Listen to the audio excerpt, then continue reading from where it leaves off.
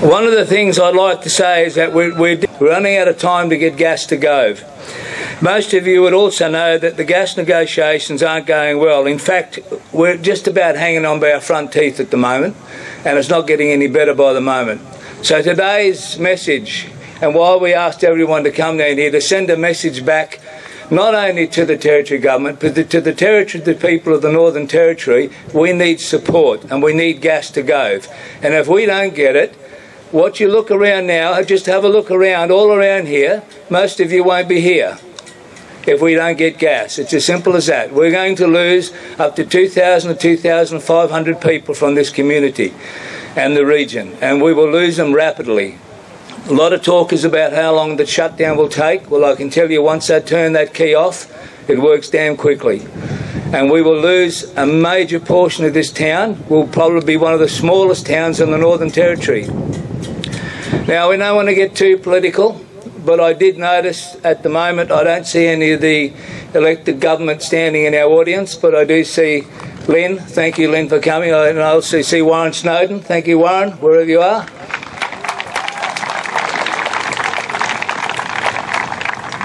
Look, the town and the region will suffer a blow that will put us back 40 years. There'll be no jets, no bank, probably no bakery, and less than 1,500 people left in this town if no gas comes in.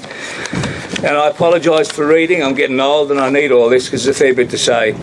So why are we here today?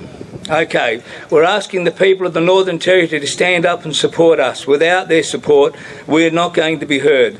The Gove region contributes up to $60 million a year to the NT economy, and yet we have never asked the people of the Northern Territory, nor its government, for any help. In fact, we've never even asked them where our taxes go, but we are now.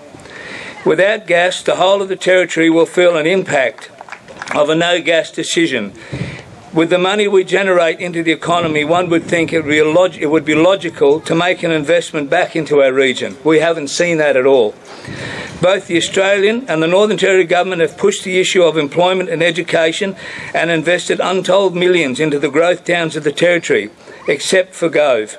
Gove is now the only industrial hub of northeastern the Territory will be closed down, and that is the only industrial hub we have in this part of Australia. Once they close that plant down, that's it. All they've got is the Stewart Highway and the towns that lie between.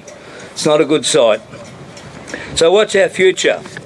And what the future are they talking about? Look, it's hard. Well, I don't understand why it's such a hard decision to make gas to Gove happen. It's not as though Pacific Alumina or Rio Tinto are asking for a handout, and neither are we. We want a fair deal.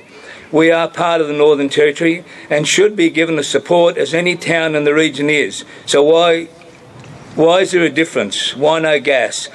You know, I thought our government was getting good, solid advice on economic decisions. I would suggest to the government that the advisors and analysts need to open their eyes and look around. The advice you, the government, are getting so far is based on local gains and only good for some. Certainly not the people of Gove, the region, and we are Territorians. To my disappointment, I have expected both the Leader of the NT Government and the Opposition Leader to be standing side by side on this gas resolution, but I haven't seen that yet. We all know that Pacific Alumina and Rio Tinto are large companies and should support us as well, but they don't hold the key to gas. The government does.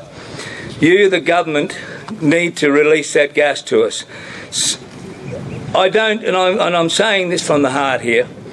Don't give the board of Rio Tinto and the shareholders of Rio Tinto an excuse to close this plant. If there's no gas, they will close it.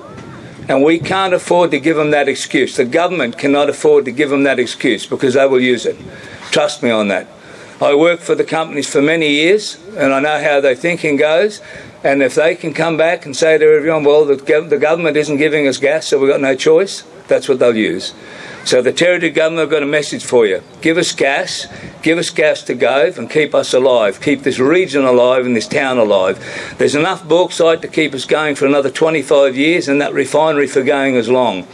We just don't understand the logic in this disagreement you have getting gas to Gove. It's not feasible. Considering how much money we're pouring into the region, It just doesn't make sense. It doesn't make sense to anyone. We're not asking for a handout. We just want what's rightfully ours. Every town in the territory along the Stewart Highway has got gas and running the power stations. We're not even asking for that. Again, I'm asking the people of the Northern Territory, not just the government, stand up and tell the government to make a deal and give us gas. And we'll continue to provide economic growth for the territory and the region. And that's about all I've got. People, I'm going to ask other speakers to say, but thank you for coming today.